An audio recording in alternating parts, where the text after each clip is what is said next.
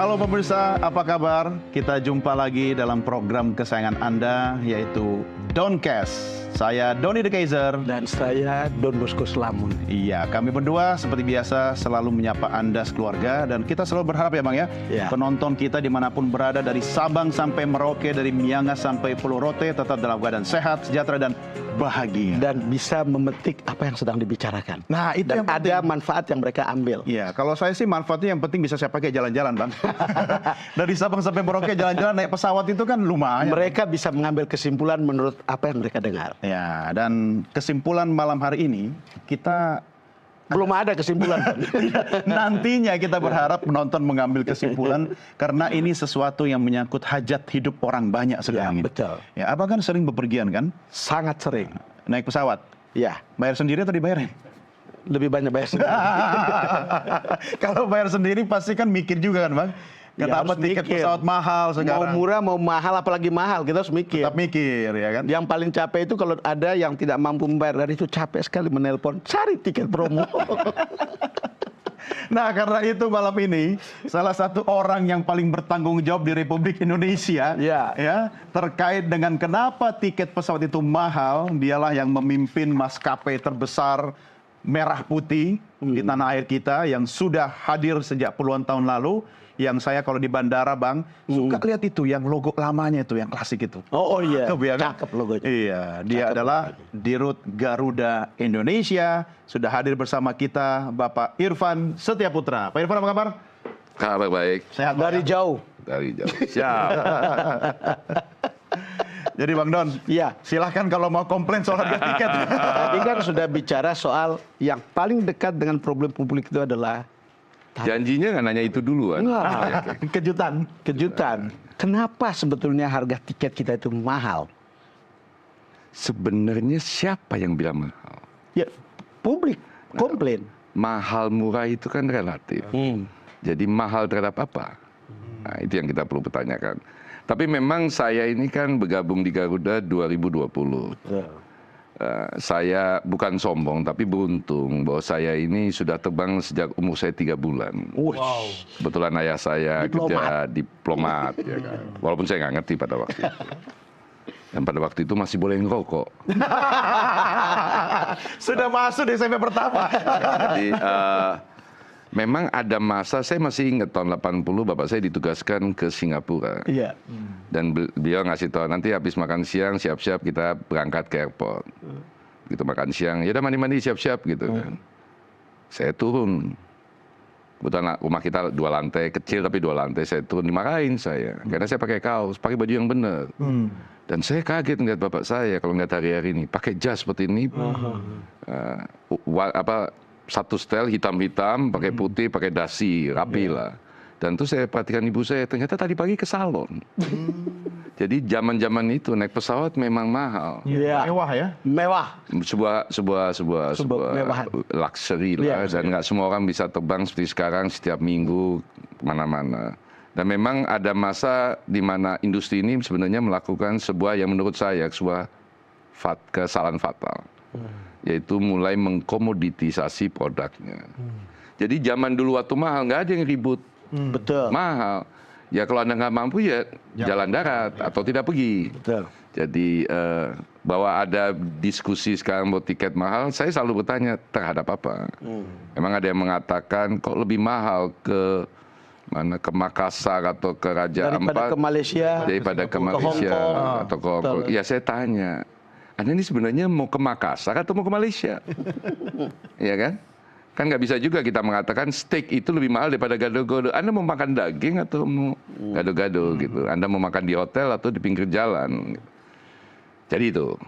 Jadi mahal nggak mahal relatif. Tapi ketika ada, sebelum ditanya juga ya, ketika ada nuansa menurunkan harga tiket, kita gembira sekali. Iya. Satgas penurunan harga tiket pesawat. Oh, kami menyambut dengan sangat gembira. Dan saya hormatlah sama Pak Luhut gini. Pak Luhut ini kan tabas gitu. Tapi oke, hanya saja saya mengingatkan kepada semua pihak. Ketika Anda bicara harga, sebelum menurunkan, mari kita bicara struktur biaya. Nah, ini yang menarik. Ya, jadi kalau saya boleh sampaikan, di dalam harga tiket yang Bapak Ibu sekalian beli itu ada banyak komponen. Betul. Ya kan? Ada tarif batas atas lah istilahnya yang ditentukan oleh kementerian bahwa maskapai nggak boleh jual lebih dari itu. Nah itu hitungannya asumsi harga aftur, asumsi exchange rate, asumsi panjangnya perjalanan, istilah kita block hour atau jarak, dan asumsi keuntungan dengan keterisian pesawat, misalnya 65%. Gitu. Itu disebut tarif batas. Nah di atas itu ada banyak komponen. Ya. Komponen pajak, Ya, komponen... apa yang membuat dia berbeda ketika kita ke Hong Kong dan kita ke Makassar? Oke.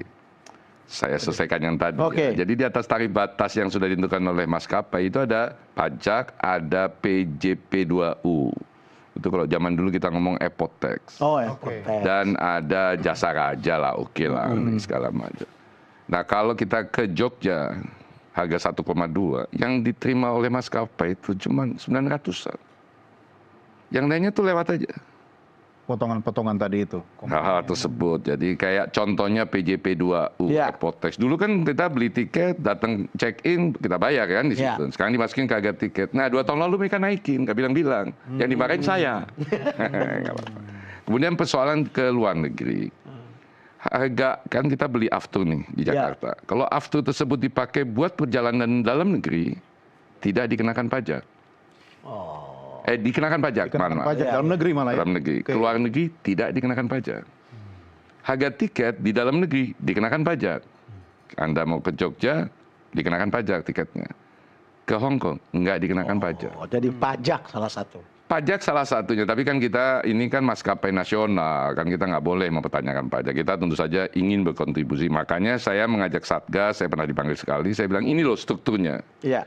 Ada yang, apakah ini struktur semuanya pantas kita bebankan ke penumpang? Iya. Ya. Dan itu kan lewat saya aja, saya lewat tuh, menyaksikan saja gitu kan. Ya. Tapi tadi sudah dimulai saya yang dimarahin, dianggap yang keroknya, gitu kan. Memang Pak Dirut itu kesini untuk kita marah-marahin. Oh iya silakan. Tapi kalau tidak siap dimarahin, jangan jadi Dirut. Nah, ya. Sebentar Bang Don. Iya. Saya mau tahu dulu ini, ada satu faktor yang jadi rasa penasaran. Kalau Pak Irfan ini kan dari CEO ke CEO kan? Iya. Dari Dirut ke Dirut. Tapi ketika masuk Garuda, kondisi Garuda itu kan nggak bikin happy sebenarnya. Lagi lucu-lucu. Lagi lucu-lucunya. Lagi lucu-lucu atau lagi betul-betul menuju Sebenarnya kebangkrutan? secara bisnis nggak, plus minus lah secara bisnis lah ya. Karena situasi maskapai mobilitas nggak masalah, kompetisi selalu ada, harga TBA-nya sudah sempat dinaikin. Jadi harga TBA tadi yang saya bilang cuma dapat sebagian itu udah 5 tahun nggak naik.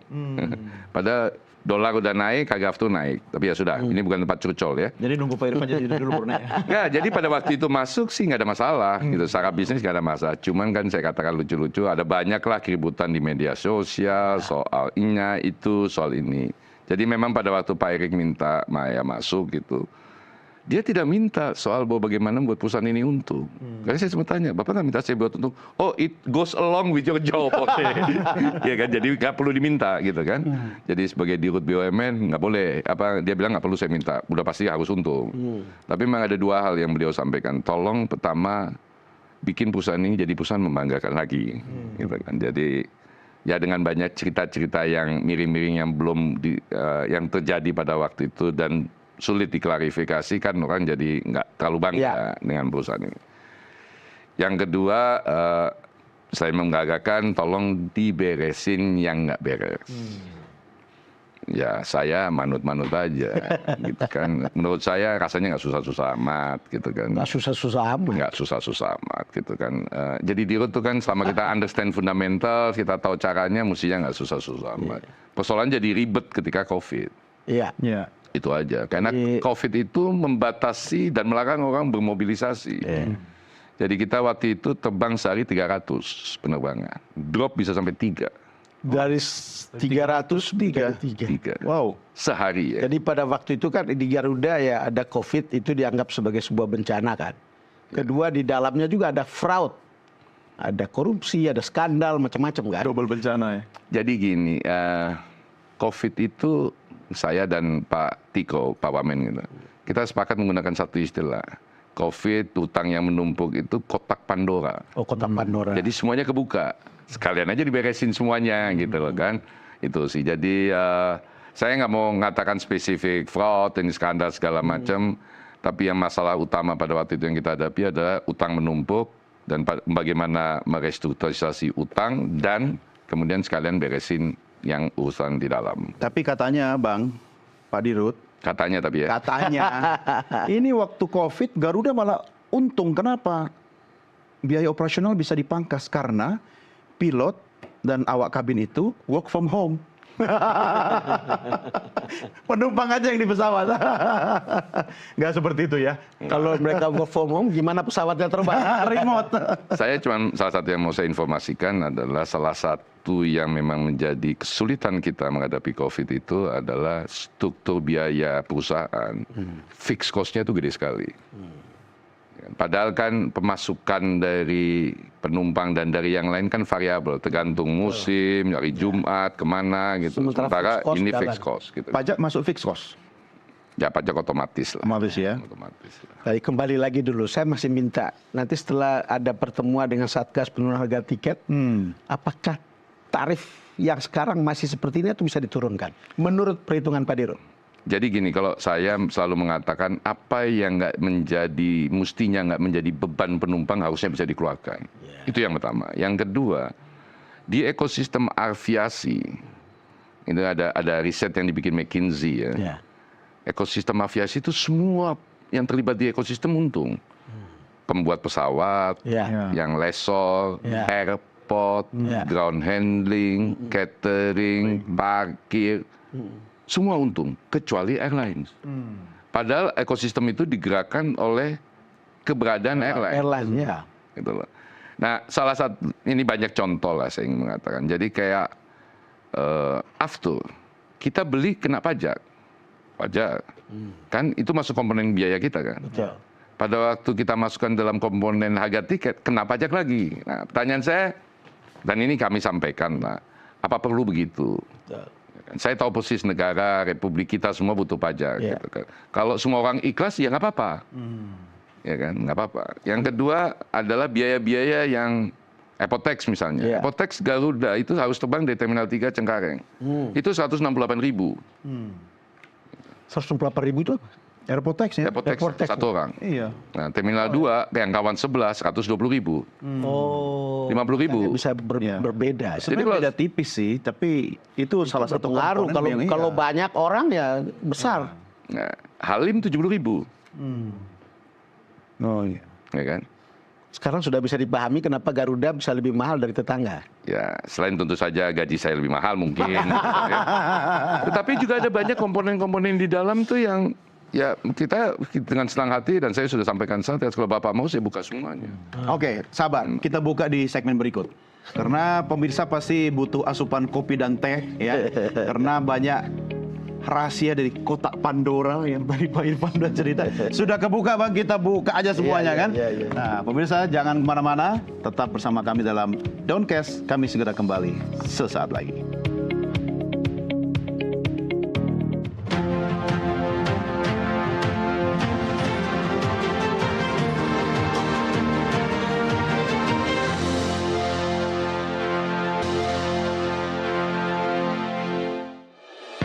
Pemirsa terima kasih masih bersama kami. Anda masih menyaksikan program Downcast. Ada Doni De Keizer di sini dan Don Bosco Slamet di sini. Ya, kalau kita bicara dengan Pak Dirut, Pak Irfan sudah terjawab sebenarnya Bang, kenapa tiket mahal. Iya. Tapi kalau saya Bang pribadi Bang, nggak apa-apa mahal. Yang penting pelayanan, ya. Terbang kalau saatnya boarding. Kalau saya di bandara rute Garuda saya akan terbang. Iya, tapi pilihannya ketika... Cuman kan lebih terbatas sebetulnya. Ya. Jadi tetangga sebelah.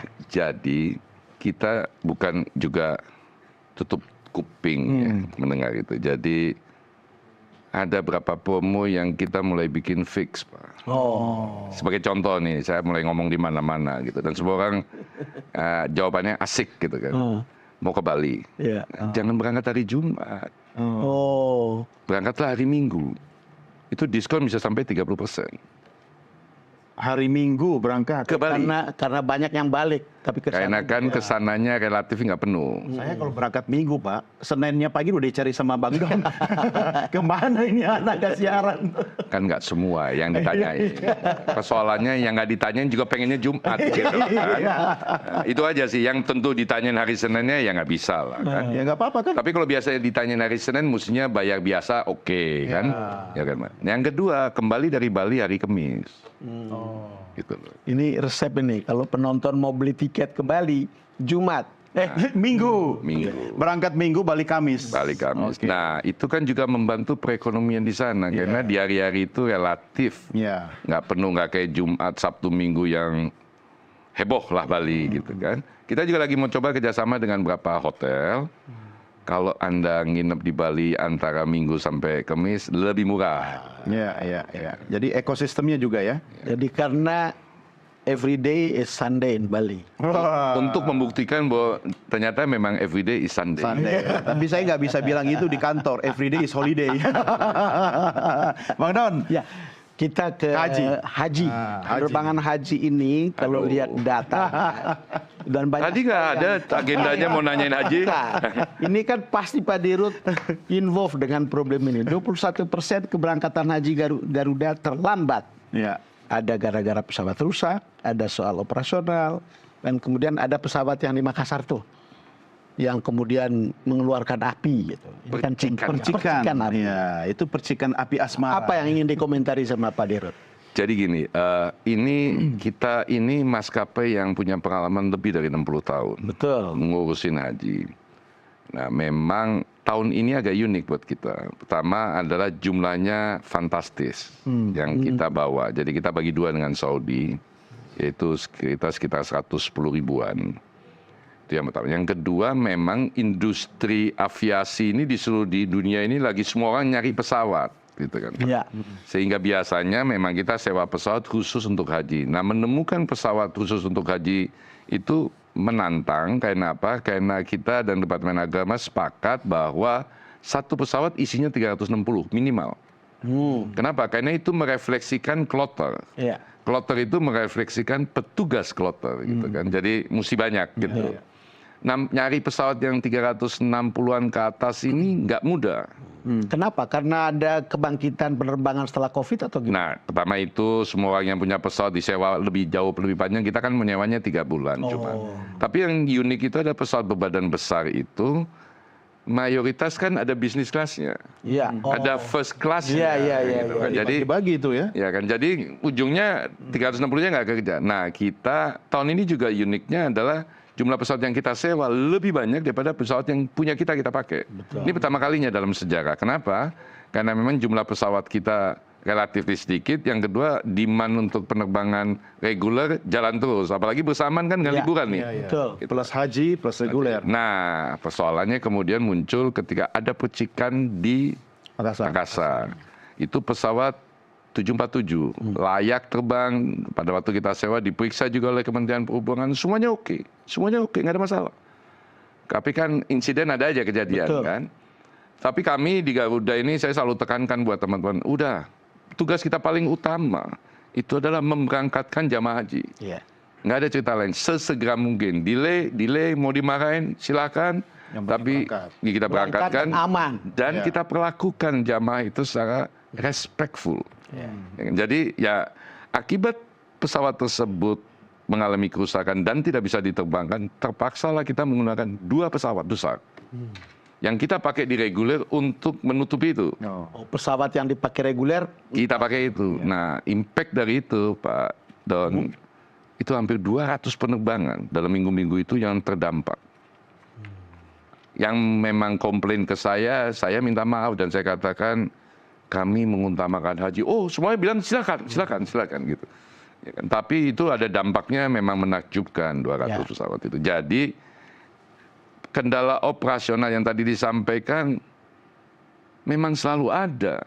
Contohnya misalnya ketika pemulangan 370 orang, terus 1 orang tiba-tiba kelayangan di imigrasi di Medina atau di Jeddah jatuh. Pertanyaan kita selalu adalah sederhana. kita tinggal nggak satu orang ini? Iya. Ya. Atau gimana? Jawabannya nggak boleh ditinggal. Iya. Kan tadi respectful. nggak apa-apa. Jadi kita tunggu dinas kesehatan di airport menyatakan bahwa orang ini boleh apa tidak terbang. Nah itu delay setengah jam. Teman-teman yang di Makassar kan seru kalau waktu pulang. Ya. Wah seru banget lah, seru banget. Dan ini tradisi yang menurut saya menakjubkan. Gitu kan. Itu naik ke pesawat bawa 2 bagasi. Satu yang biasa, satu kemudian buat Ganti baju ya. Nah itu ada sedikit keseruan kan, mana yang karena nggak bisa Pak ditaruh di atas semuanya kan. Jadi sebagian kita taruh bawah dan itu butuh waktu. Jadi kalau itu, tapi majority problem yang kita hadapi adalah karena pesawat rusak. Dan yang pesawat yang rusak di Makassar itu 1 dari 2 atau 3 yang rusak. Ya. Cuma kemudian kan yang kita tahu Menteri Agama marah, lalu kemudian orang di DPR bilang bentuk pansus dan seterusnya. Anda sudah dipanggil pansus kan? Belum. Tapi monggo saya nggak punya masalah. Cuman memang Pak Don, pada saat yang bersama nih wartawan suka iseng. Tahun iseng dia bilang, Pak Dirut, ini imigrasi kan jebol kan, kasus datanya itu, antrian panjang. Pak Dirut gimana? Saya bilang kami ini terbiasa bekerja dengan dalam satu ekosistem kelompok ini untuk saling mendukung. Dan ketika ada satu pihak bermasalah, bukanlah tempat kita nuding-nuding, selalu salah. Buat kita dalam mari kita dukung, kita bantu, kita selesaikan bersama. Nah, alhamdulillah pada waktu proses imigrasi yang down itu cuma berapa penerbangan yang terkendala, dan kita memang bicara sama orang imigrasi, Pak Bu yang lagi bertugas, ini kita nunggu 2 penumpang yang masih ngantian, boleh nggak didahulukan? Kita juga minta maaf sama para penumpang yang lain. Tapi kalau keberatan kita bilang kita delay nggak apa-apa. Gitu. Jadi di sebuah ekosistem itu kan kita kerjasama. Dan setiap kerjasama itu pasti ada teman di ekosistem itu kan yang suka menghadapi masalah. Biasanya begini, psikologi penerbangan itu nggak tahu ya, mungkin terlalu personal. Waktu kita terlambat naik, kita terlambat terbang, itu memang menggerutu gitu. Tapi begitu sampai, rasanya seperti orang lupa bahwa kita tadi terlambat dan seterusnya. Ya, problemnya dengan jamaah haji itu kan excitement untuk nyampe sana tinggi sekali. Dan itu menambah nih gerutuan menjadi kemarahan gitu. Dan saya sampaikan sama teman-teman, dia minta maaf, sampaikan sama mereka, tapi kita perlakukan dengan proper ya. Apabila misalnya mesti masuk hotel, ya masuk hotel. Ya kan? Kos lagi dong. Itu kan risiko dari pekerjaan. Ya kan, itu saya udah bilang sama teman, nggak usah dihitung. Masukkan hotel, beliin makanan, beliin kopi, sampai ada satu penerbangan itu jamaahnya komplain sama kita. Jangan terus saya disuruh makan. Ya tapi ini satu dari yang lainnya masih gerutu ya, gitu kan. Nggak masalah. Diambil case satu. Karena ini lucu Pak. Kalau saya lagi nunggu berangkat itu, ada gejala delay, tunggu aja kalau kotak kue itu keluar, delay nih. Ya kan? Kotak makan keluar, delay lagi. Lama. Artinya itu kan cost juga kan, kecil-kecil tapi juga membebani operasional kan. Ya. Itu risiko. Tapi buat saya cost itu nggak seberapa dibandingkan gerutuan orang. Kalau haji ini kan excitement untuk itu terus, wah saya nggak bisa arbain nih, saya nggak bisa arbain gitu kan. Padahal kan kita semua tahu itu doif hadisnya, ya kan nggak bisa arbain ya Pak, ini kita coba bantulah selesaikan, minta maaf gitu segala macam. Jadi banyak yang esan. Demikian juga waktu pulang, nih keluarga sudah janji, sudah menjemput segala macam. Ya kita hadapi aja. Tapi buat saya nomor 1 safety, nggak ada cerita, nggak ada cerita. Tapi tadi saya baca Bang Don, ada satu kunci yang dilakukan Pak Dirut itu komunikasi. Nah itu kan komunikasi teman-teman yang di garda depan, yang di bandara, yang langsung menghadapi penumpang itu kan dia harus ajak ngomong. Kalau soal komunikasi saya punya pengalaman.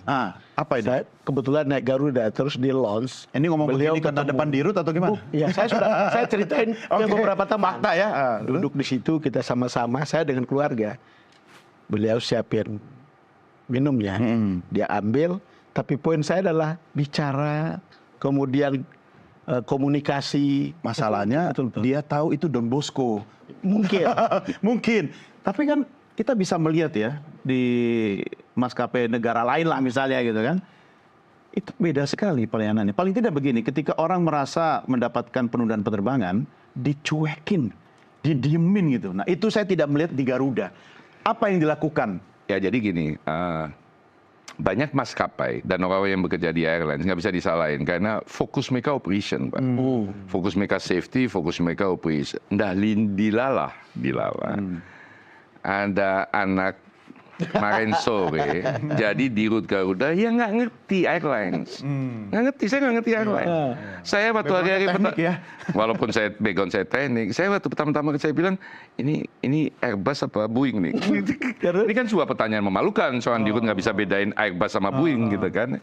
Tapi hari-hari pertama ketika saya berkumpul dengan seluruh tim Garuda pertama kali town hall memperkenalkan diri, saya bilang, teman-teman sekalian, saya sangat yakin bahwa Pak Erik memilih saya nggak salah. Ya, itu memang sedikit problem saya, percaya diri saya agak berlebihan memang gitu. Tapi saya bilang, saya nggak ngerti airline, tapi saya 50 tahun lebih mengerti menjadi passenger, penumpang. Iya, betul. Dan saya katakan, semua airline di seluruh dunia, my personal experience, nggak peduli kok soal penumpang, nggak peduli kok, nggak peduli. Nah, kita bring itu on the table.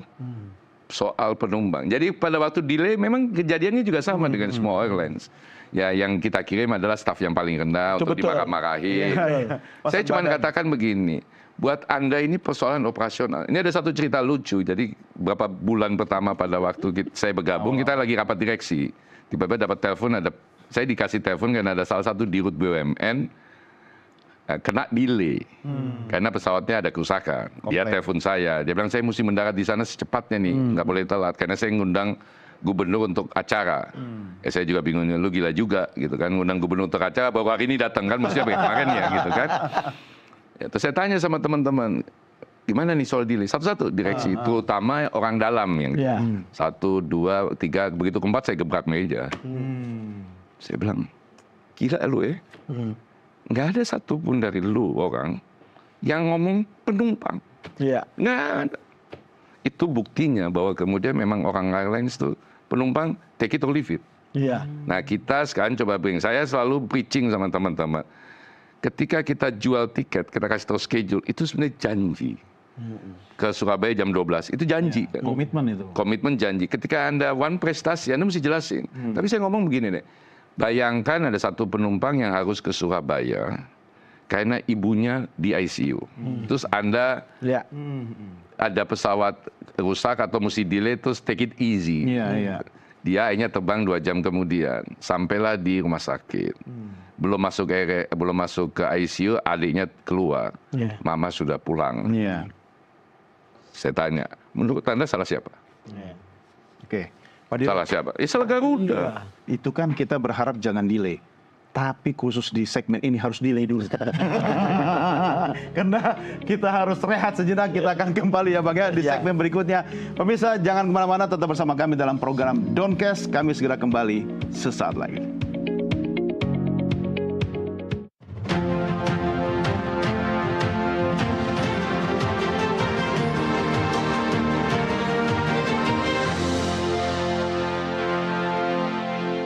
Oke pemirsa, terima kasih masih bersama kami dalam program Downcast. Anda tengah berdiskusi dengan tamu istimewa kita. Ada saya Doni De Keyser dan juga Don Bosco Slamun di sini. Ya, tapi saya mau tanya dulu Bang Don ke Pak Dirut Irfan. Sudah tahu bedanya Boeing sama Airbus? Sudah. Ciri-cirinya apa coba? Ayo, nggak boleh salah loh. Ya dari jauh udah kelihatan lah. ada kode-kode agak yang bisa kelihatan lah ini. Ya, masalahnya Pak Dirut, waktu masuk Garuda itu kan kondisinya kan lagi lucu-lucunya. Ya saya mengerti lah. Beliau ngomong lagi lucu-lucunya, tapi sebetulnya lagi pahit-pahitnya. Pahit-pahitnya itu sampai kenapa sampai dibilang lagi lucu-lucunya? Ya kita inilah jaga banyak perasaan banyak orang. Lucu, memang lucu yang nggak perlu sebenarnya. Lucu yang nggak perlu. Dan lucu yang nggak lucu sebenarnya. Dan sudah dilalui lah ya. Sudah dilalui. Badai pasti berlalu kan. Iya lah. Tapi dalam pengalaman utang banyak. Banyak banget. Mau bangkrut kan? KPU. Udah technically bangkrut gitu. Iya, technically bangkrut. Teknik bangkrut itu dasarnya adalah operasional tidak memungkinkan kita membayar utang. Kan? Tapi saya santai kok. Kenapa Anda masih santai? Setiap orang yang memimpin perusahaan kayak begitu, aduh, kayak gimana gitu. Karena utang kita tuh sampai 70 triliun. Triliun, ya. Sekarang saya tanya, bedanya utang 1 triliun sama 70 triliun apa? Enggak beda kan? Gede. Iya. Gede dong. Sudah. lebih parahnya lagi itu adalah kalau kita bikin laporan keuangan ke publik maupun ke kementerian itu, yang saya gumun, ya istilahnya Ranja, geleng-geleng kepala itu adalah tinta merahnya lebih sering habis. Tinta merahnya sudah sering habis. Hitamnya belum habis-habis, sudah 3 kali ganti hitam gitu kan. Banyak merahnya. Jadi ya nggak usah dilihat lah udah merah gitu kan. Gitu. Jadi ya tapi yang bikin galau kita direksi itu kan. Ya oke lah, banyak kan perusahaan-perusahaan besar yang utang itu sekecil bank gitu kan bisa direstu. Tapi waktu saya lihat daftar utang saya bilang, teman-teman ini gimana sih? Ini kan perusahaan CV, utang 90 juta, 100 juta nggak dibayar gitu kan. Jadi, dan utang itu makin apa ya, makin banyak. Karena yang kita bayar cuma karyawan. Fix cost semua itu. Terus habisnya begitu nggak cukup, saya panggil seluruh karyawan, saya bilang kita potong setengah. Dan itu pasti nggak enak. Saya sampaikan ya, Anda potong setengah, saya potong setengah, komisaris saya potong juga setengah, nggak ngomong. Kalau ngomong pasti nggak setuju kan. Saya soalnya penganut paham mintalah maaf daripada minta izin. Minta maaf daripada minta izin. Potong dulu ya. Potong dulu. Ternyata nggak marah ya, jadi nggak perlu minta maaf juga. Nah, karena kita semuanya susah. Nah, waktu itu saya sampaikan waktu kita potong gaji sampai 50% itu adalah kita punya 2 pilihan. Kita bayar gaji seperti biasa, hidup kita tinggal 3 bulan lagi. Karena gone habis itu. Kalau kita potong, mudah-mudahan bisa sampai 6 bulan, 7 bulan. Mudah-mudahan kita punya ide, akal, dan Tuhan menolong selama lebih dari 7 bulan itu bisa 12 bulan dan selanjutnya. Bisa rebound gitu. Dan bisa diberesin lah. Gitu. Dan bisa untung kan? Jadi gini, memang setelah kita restru, yang tadinya utang kan di buku dibalik. Jadi kita tahun 2022 itu merupakan BUMN dengan keuntungan terbesar. 56 triliun. Iya aja kalah. Pertamina aja kalah. Semua bangga lah. PLN apalagi gitu kan. Ya cuman kalau lagi kumpul BUMN saya di pojok gitu. Agak malu-malu sedikit lah gitu kan. Karena ya malu juga karena kita restru terus kita untung besar. Tapi itu kan non cash ya, jadi nggak bisa dinikmati juga. Non cash ya. Tapi waktu itu utang yang terbesar, negosiasi yang paling berat itu dengan lessor atau dengan siapa? Jadi negosiasi yang paling berat dengan lessor. Negosiasi yang paling menyayat itu dengan perusahaan lokal. Jadi ada yang paling berat, ada yang menyayat. Ya. Lokal malah yang menyayat. Ya, satu contoh, kita kan ada daftar nih. Terus kita bagi tugas nih semua direksi, habis itu VP ini. Saya juga mesti datengin beberapa orang gitu lah, dan ketemu atau telepon. Jadi ada satu yang kemudian direktur kita mendatangi, itu utangnya nggak banyak, 1 miliar kan lah, 1, dia kontraktor. Kan masalahnya kenapa? Karena rumahnya udah mau diambil bank. Karena kita nggak bayar, jadi kita kirim tim, salah satu direksi kita ke sana. Tapi orang ini bilang, nggak apa-apa mas, nggak apa-apa. Udah tenang aja. Saya ini banyak. Bukan, saya ini punya rumah karena udah 20 tahun jadi kontraktor di Garuda. Jadi saya pindah rumah ke anak saya, nggak apa-apa kok. Anak saya itu bisa sekolah karena saya jadi kontraktor. Garuda. Itu jadi, kalau leso ya gebrak-gebrak lah. FU-an lah gitu kan. Nah karena negosiasi itu pasti alot, dan bagaimana perasaan seorang dirut Garuda kalau dimarahi pada lessor? Sebenarnya kalau dimarahin biasa, tapi kalau FU itu kan ini kan tersayat-sayat gitu kan. Saya dibesarkan hidup dengan penuh integritas gitu. Kalau Anda sekarang FU saya tonjok gitu kan. Ini kan nggak bisa saya tonjok kan, saya hutang gitu kan. Tapi saya memang, saya selalu ceritakan pada waktu kita ngajukan proposal itu, saya sebenarnya agak mundur. Ya nggak berani juga. Saya tanya sama konsultan, sama temen, jadi siapa yang mesti ngomong ini? Pak Dio. Loh kok wah. Jadi waktu kita town hall, kebetulan online ya. Kebetulan waktu itu pas musim Idul Fitri gitu kan. Kemudian saya dan keluarga staycation lah gitu kan. Itu sih saya sampai bilang, aduh udah mandi sampai 3 kali dalam 5 menit saya mundur mandi ke toilet 3 kali karena nggak sanggup juga ngadepin itu. Bisa juga ya ngalamin kayak gitu ya. Oh saya tuh orang gugupan sebenarnya. Kalau dipanggil di panggung tuh saya gugup. Kenapa sekarang? Tapi kalau pegang mic, habis itu lupa diri. Gitu itu kan. masalahnya. Itu masalahnya. Kalau diterusin lama-lama tugas kita diambil alih nih Bang. Akan ada Irfan Show nanti. Ya, cita-cita saya kalau pensiun saya di sini. Waduh, itu memungkinkan terjadi. Sementara kami tidak bisa jadi dirut Garuda. Nah itu memang Gusti Allah adil. Ya. Gusti Allah adil. Lalu kemudian ketika negosiasi ini kan kalau tidak salah Pak Dirut sendiri sudah ingin mengajukan ke Menteri BUMN untuk mempilotkan saja Garuda. Oh itu waktu awal-awal. Waktu awal karena kita nggak ngelihat nih ada. Kalau ini berkepanjangan nggak clue lah gitu. Jadi usulkan ke pilotnya karena di airlines itu biasa. Jadi Japan Airlines sudah Betul, kali. pernah. Iya. Kenapa kita nggak mengajukan pilot gitu kan? Tapi ya kebetulan pada waktu itu situasinya tidak memungkinkan gitu kan. Jadi dan mayoritas menurut Pak Erick nggak setuju. Jadi ya udah kita kerjakan. Ya, lalu kemudian hasil restrukturisasi itu adalah sekian triliun masuk. Jadi bukan masuk. Jadi di restrukturisasi waktu kita nego satu-satu itu kita sampaikan bahwa kita potong utang Anda. Potong utang. Nah, jadi 8 jadi 20%. Ya siapa yang nggak marah? Iyalah. Pasti marah. Tapi kenapa mereka iakan untuk dipotong? Ya mungkin memelas juga Enggak, tapi gini, saya nggak mau mengatakan itu, tapi nanti mungkin bisa saya cerita. Karena saya setelah selesai semuanya saya tanya juga, kenapa lu setuju? Tapi memang saya mengatakan sama tim pada waktu negosiasi, kita nggak ada strategi, jangan ada strategi. Ini kita udah zolim, jadi kita potong 8%, BUMN, bank, kita panjangin 22 tahun. Ya. Utangnya dengan bunga 0,1% Ya. setahun. Iya, sudah berutang ngatur lagi ya. Ngatur lagi. Jadi memang dukungan kementerian Pak Eri Pak Tiko itu menakjubkan lah gitu kan. Tapi memang kita memang mesti hadapi gitu kan. Dan waktu setelah selesai semuanya saya tanya, khususnya para lesor ya. Ya. Anda kok setuju? Saya juga heran juga setuju karena kita juga deg-degan kan pada waktu. Dan mereka ada 2-3 yang saya tanya, mereka bilang, Pak Dirut, kita kagum sama Garuda. Kagum? Udah utangnya gede. Enggak. Kan semua airlines bermasalah. Tapi cuman Anda yang waktu ngajuin proposal itu ngadepin kita.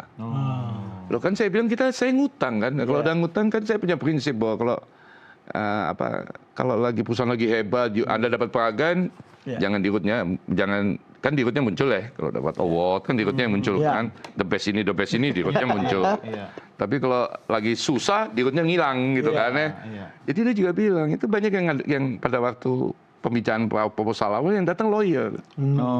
Dia juga kaget. Orang datang ngajak perang sebenarnya. Ya, jadi udah kasih posisi kan. Dia kaget juga nih dirut kok berani banget gitu. Padahal terpaksa ya. Terpaksa sih sebenarnya.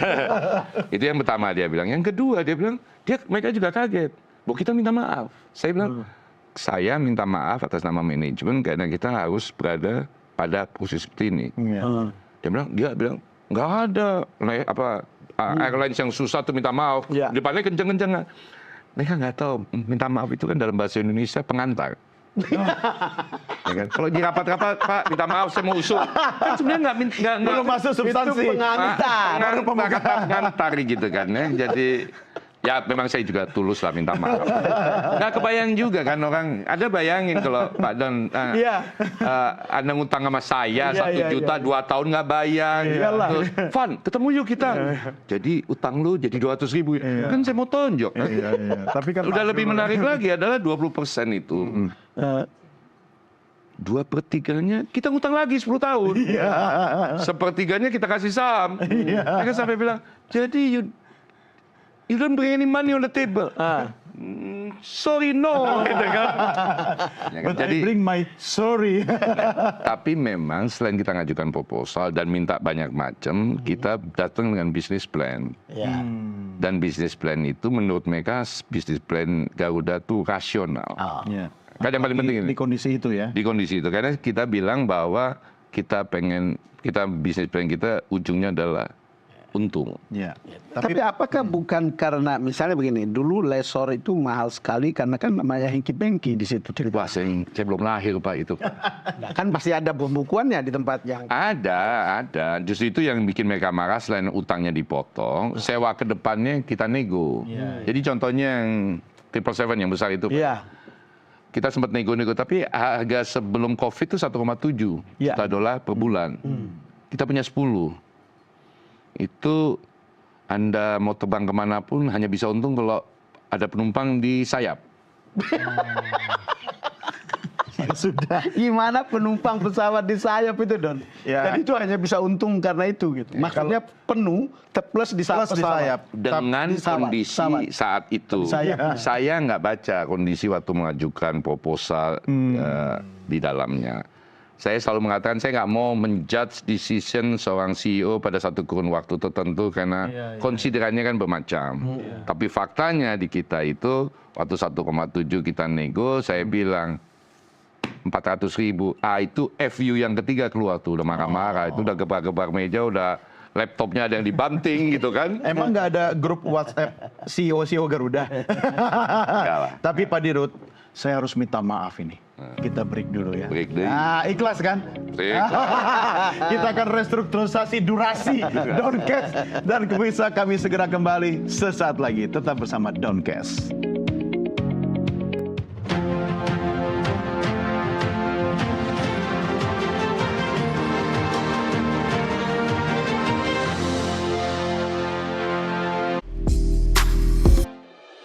Terima kasih pemirsa, tetap bersama kami dalam program Downcast. Ada Doni De Keizer di sini Dan Don Bosco Slamun di sini. Ya, kalau kita sudah berkali-kali menghadirkan tamu, ini terasa istimewa Bang Don, karena menyangkut hajat hidup kita ini, ya kan? Apalagi orang-orang kayak kita jurnalis ini kan pasti bepergian. Dan penonton. Ya, dan penonton. Cuma sebelum, saya mau tanya dulu, Pak Dirut, ini ada nggak yang kepake tadi ini? Contekannya nggak ada ya. Saya jauhkan saja ya. Artinya ketika tadi urusan restrukturisasi utang gitu kan, pasti sudah siap bekal dan modal. Tapi ternyata modal utama minta maaf tadi itu lebih dahsyat ya. Nah, saya boleh cerita lagi. Boleh. Karena menurut saya ini pembelajaran yang paling, dan saya udah ngomong di banyak tempat, tapi saya ngotot aja mau nyebutnya. Jadi setelah lewat restu itu kan kita direksi duduk gitu dan bilang ini pasti orang akan nanya kenapa bisa lolos. Kita juga kenapa ya? Iya, betul. Kenapa ya? Kalau mau cerita formatnya, proposalnya, yaitu orang yang jago finance itu oke baca. Dan kebetulan adalah salah satu direktur kita bikin buku lah. Direktur keuangan kita Pak Pras kemudian menjadi profesor menulis kosa. Buku itu selesai sebelum restrukturisasi selesai, jadi dia juga udah kebayang jadinya kayak seperti apa gitu kan. Tapi kan sebenarnya pembelajaran apa sih yang kita mau peroleh gitu kan. Dan saya banyak ngomong di banyak tempat nih, Anda kalau mau dengerin statement saya ke depan ini, Anda mesti tahu saya punya credential dan credibility. Karena restrukturisasi Garuda itu adalah restrukturisasi korporasi terbesar, terkompleks di Republik ini. Ya tentu saja bukan kerja saya sendiri, kerja teman-teman. Tapi waktu kita duduk sama-sama coba kontemplasi, cari tahu jawaban kenapa kok bisa kita lolos. Saya mau sampaikan so far temuan kita atau ya hasil dari diskusi dan banyak. Jadi yang pertama, dan ini diakui oleh banyak kreditor, bahwa pada waktu diskusi restrukturisasi yang hampir 7 bulan, itu mereka selalu melihat orang-orang Garuda datang dengan solusi. Jadi kan mentok. Itu nggak pernah mentok terus kita bicara dalam terus kita datang lagi datang lagi, termasuk juga sampai level saya ketika orang marah, orang teriak-teriak, ya saya bilang Pak kita duduk deh, I know your problem, tapi ini kondisi yang kita mesti ada PKP, ada sesuatu yang kita bisa omongin nggak, gitu kan? Misalnya Pak udahlah Pak terima. Kalau terbang sama kita, saya pindahin ke bisnis kelas, misalnya kayak begitu kan. Tapi nggak boleh sering-sering 3 kali lah, misalnya kayak gitu. Ada banyak diskusi offline yang kita lakukan yang menunjukkan bahwa kita coba cari solusi. Dan memahami bahwa ini painful buat mereka. Jadi yang pertama yang kita dapatkan adalah memang Anda mesti punya kemampuan menghasilkan solusi. Persoalan jalan apa enggak urusan kedua. Sebelum teruskan itu, jadi memahami bahwa mereka juga painful. Iya, sama, merasakan sakit juga kan. Tapi datang dengan opsi-opsi solusi. Nah, masih bisa mikir solusi dalam kondisi itu kan? Ya itu flashback kita. Kita flashback, oh ternyata kita bisa kasih solusi. Nah, orang yang bisa memberikan terus-menerus solusi itu adalah orang yang berpikir positif. Sebentar. trik berpikir positif itu? Nah, untuk bisa berpikir ada 3 syarat. Oke, satu, Jangan pernah ngeluh. jangan pernah ngeluh. Oke, dua, Jangan nyalain siapa-siapa. jangan nyalain siapa-siapa. Oke, satu lagi. Gampang nggak sebelum ketiga? Gampang nggak satu? Gampang. Gampang. Gampang banget. Gampang. Ngomonginnya gampang. Enak aja gampang. Gampang ngomongnya. Gampang Om Don ngomongnya. and Om Don. Iya, ngomongnya gampang. Kita ini nggak pernah dididik untuk nggak ngeluh. Iya. Anda kan jadi dirut buat disalah-salahin. Iya, saya mau ngasih tahu.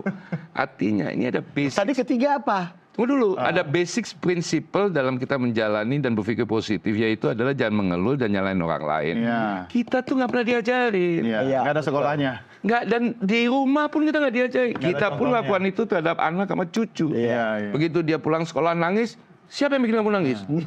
Iya, iya. Kalau jatuh yang selain lantainya. Lantai. Udah kita semua lantai salah. Iya. gitu kan? Terus yang ketiga? Gembira selalu. Oh, yang bikin gembira apa sih? Apa aja? Kembali lagi, Don. Apa aja? Sebagai dirut saya harus gembira.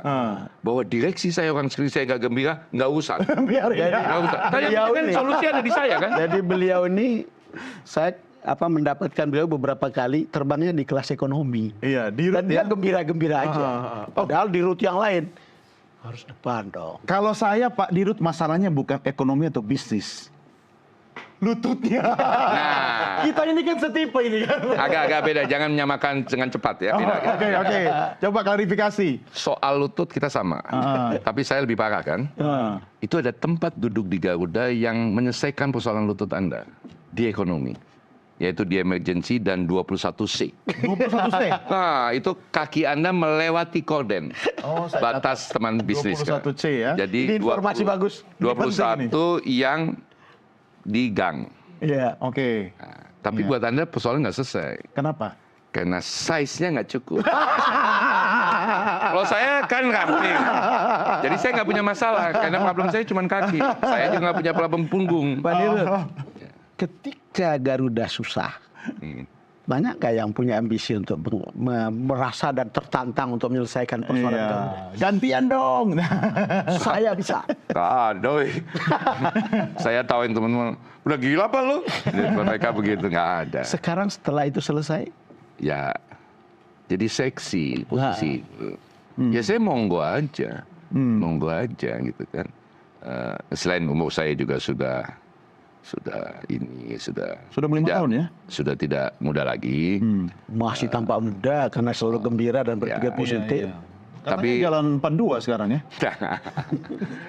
Yang kedua, kalau saya bertahan terus dan ini kan problem kekuasaan nih. Begitu Anda lama di kekuasaan, Anda merasa bahwa Anda satu-satunya mengerti soal ini semuanya kan.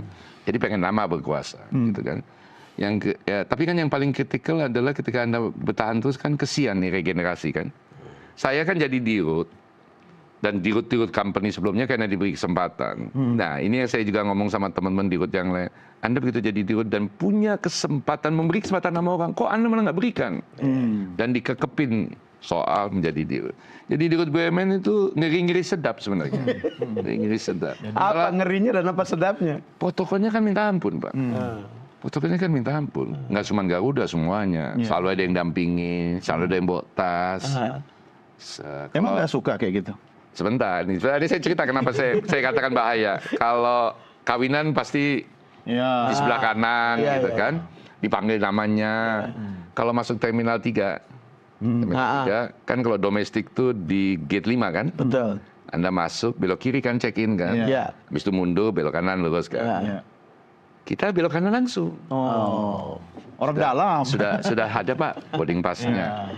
Kebayang nggak kalau satu hari Anda kehilangan posisi itu? Nah saya pernah ngetes teman-teman yang mantan direksi BUMN. Iya. Belok kanan di gate pemeriksaan itu. Iya. Pak, boarding pass-nya mana? Udah nggak ada yang nemenin lagi, gitu kan? Iya. Yang kedua, begitu saya pernah sama salah satu direktur BUMN naik bisnis kelas ke Bali. Ya begitu sampai di Bali, ya dia bawa tas lah. Terus dia naikin ke atas, kita naikin ke atas. Begitu mendarat di Bali, saya ambil tas saya. Dia, karena kebiasaan ada staff yang dari belakang lari ngambilin tas, melenggang. Saya diemin. Saya diemin. Tapi tahu. Saya tahu diemin. Begitu sampai ujung mau keluar bandara, dia bilang, tas gua di mana? Silakan ambil. Siapa yang mau ngurusin tas? Nah itu kalau kita nggak biasa, menyakitkan. Kenyamanan itu ya. Tetapi kan salah satu alasan kan sustainability. Karena Pak Dirut sudah memulai dan mengalami masa-masa susah, lalu kemudian bisa mengatasinya melalui proses restrukturisasi. Orang bicara kesinambungannya, mestinya tetap di tangan Pak Irfan. Kesinambungan bisa terjadi tanpa di tangan saya.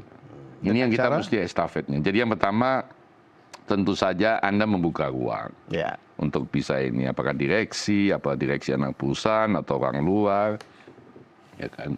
Yang kedua, Anda yang paling penting Pak, sebenarnya bangun fundamental yang benar. Sedemikian rupa sehingga siapapun yang jadi dirut pada dasarnya nggak bisa melakukan manuver-manuver yang membahayakan perusahaan. Kenapa saya katakan itu? Karena industri ini adalah industri yang single digit marginnya. Sebuah kesalahan menjadi minus. Minus untuk jadi plus susah. Lain kayak waktu dulu saya di perusahaan asing multinasional, itu marginnya 80%. Salah dikit 70% bisa dibaikin, diperbaiki kan. Ini susah. Akibatnya berapa fundamental, misalnya salah satu fundamental komponen paling kecil dari penghasilan perusahaan itu kan terbang ke satu lokasi kan. Bapak Labuan Bajo kan. Kalau Bapak jadi dirut, Labuan Bajo sehari 3 kali kan. Betul. Ya kan. Bila perlu 5 kali. Bila perlu 5 kali kan. Dasarnya apa 5 kali? Iya kan. Nah itu jadi akhirnya kita bikin sistem sedemikian rupa untuk memastikan bahwa bila ada rute yang merugikan, direksi manajemen masih diberi kesempatan memperbaiki. Tapi kalau tidak, you need to come to me, ke komisaris maupun ke pemegang saham, kenapa lu tetap terbang? Nah, kalau lihat situasi yang dijelaskan sama Pak Dirut ini menimbulkan pertanyaan di benak saya tentang adanya aroma politik gitu di dalam proses keputusan di Garuda, ada nggak? Proses keputusan internal? Internal. Di manajemen ke bawah? Manajemen untuk kemudian aroma politik atau pengaruh politik untuk mengambil keputusan? Enggak tuh. Benar. Enggak. Bersih ya? Ya mungkin ada yang nyoba, enggak. Jadi tergantung dirutnya. Enggak juga lah, menurut saya gini. Saya nggak ini bener lah gitu. Cuman maksud saya, lu tuh kan nggak tahu apa-apa, ngatur-ngatur gue kenapa? Nah, gitu kan. Bisa begitu, tapi ya, santai aja. Kita tapping ini 1 jam ini, telepon dari Senayan banyak banget itu tadi saya ngintip itu. Nggak apa-apa. Masih kayak gitu. Itu cuma ngajak ngopi-ngopi atau ada? Ngopi-ngopi. Kita ngopi dan kadang-kadang ngajak ngopi-ngopi. Habis itu saya nggak berdompet bos, bayarin. Apa-apa. Nggak, yang penting kan begini. Yang penting jangan juga kita negatif sama orang-orang politik, ya kan? Kita kan menyadari mereka punya konstituen, ya kan? Tapi yang penting adalah saya selalu bilang sama teman-teman, caranya begini loh. Anda boleh minta saya terbang ke konstituen Anda, tapi Anda juga mesti bantu saya membuat itu jadi untung. Kalau enggak, saya mesti ke depan perusahaan.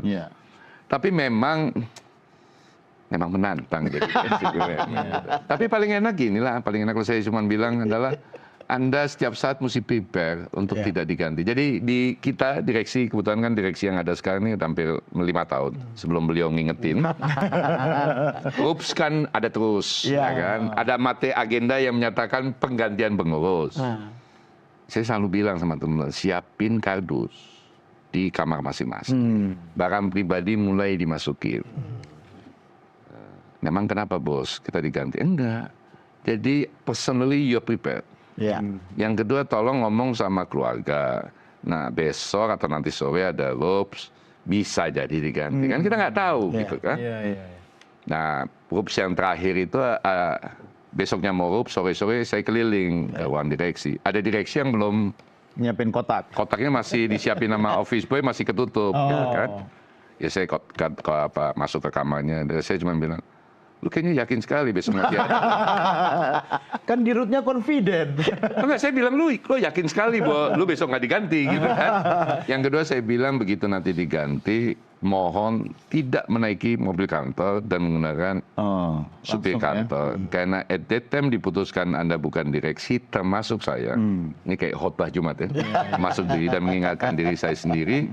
Anda kehilangan semua fasilitas dan fasilitas itu. Jadi tolong sampaikan bawa mobil sendiri ke tempat, atau kalau Anda nggak mau bawa mobil, ya ngomong sama tim, nanti kita Dikasih voucher taksi lah. kita pesenin cab. Ya.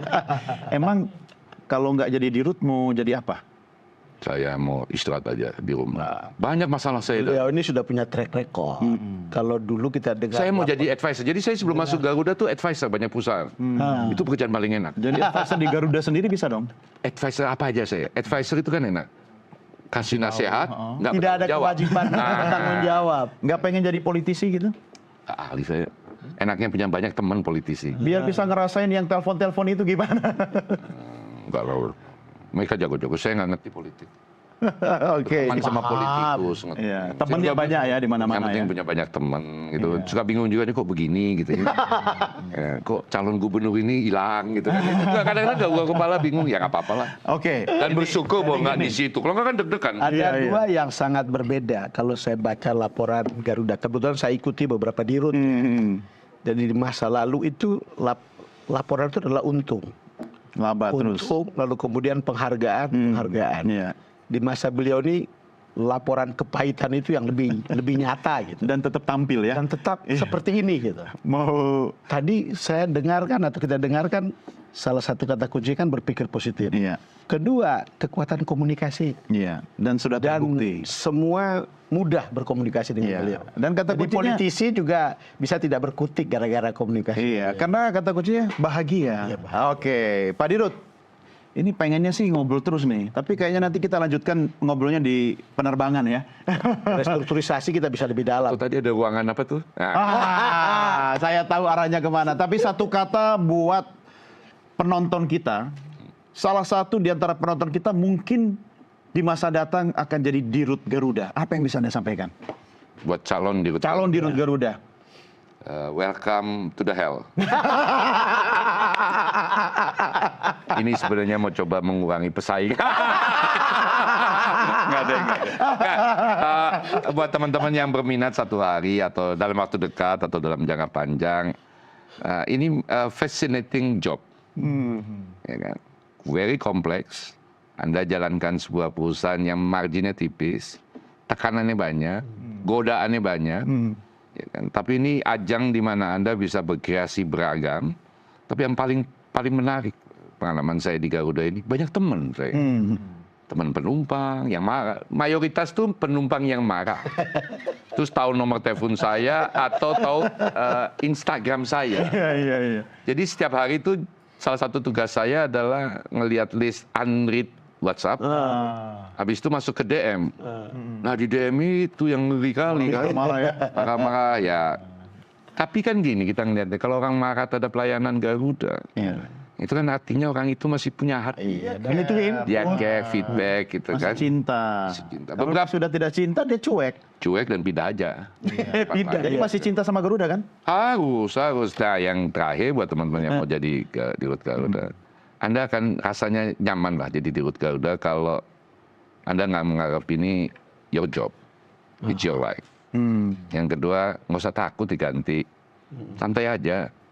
Semakin itu tekanan-tekanan itu akan away sendiri kok. Iya. Yang penting happy ya. Ya, karena orang paling susah kan ngadepin orang yang nggak punya beban. Iya. Oke, Pak Dirut. Terima kasih ya. Terima kasih. Terima kasih Pak Dirut. Kita pengen Mudah-mudahan bermanfaat. sangat bermanfaat. Yang penting jaga kesehatan, Siap. jaga kebahagiaan terus. Harus karena itu menular. Betul, betul. Sehat selalu, salam buat keluarga. Terima kasih Pak Don dan Pak Don. Ya, Bang Don, gak terasa lagi nih kita harus berpisah, tapi kita Mestinya masih banyak hal yang bisa. banyak, iya. Tapi mudah-mudahan kita bisa bersua lagi di episode-episode yang akan datang. Dan kita juga mengucapkan terima kasih Bang Donnya kepada penonton kita yang sudah setia, baik melalui Nusantara TV ataupun melalui channel YouTube Nusantara TV. Akhirnya kita berpisah di sini. Tentunya kita jumpa lagi di episode yang akan datang. Saya Doni The Kaiser. Dan saya Don Bosco Slamun. Sampai jumpa di Doncast berikutnya. Bye-bye.